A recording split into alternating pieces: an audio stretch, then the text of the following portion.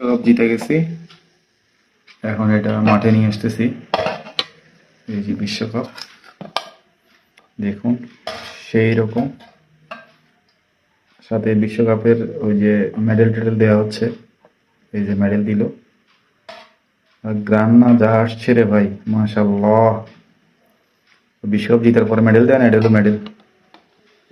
আর এই যে দেখুন, এইটা হইলো বিশ্বকাপ। দেখেন কি টসটসে, একবারে রসালো, খাইতে যা টেস্ট হবে মাশাল্লাহ। একটু খেয়ে দেখি। বিশ্বকাপের এক সাইডে কাটতেছি খাওয়ার জন্য।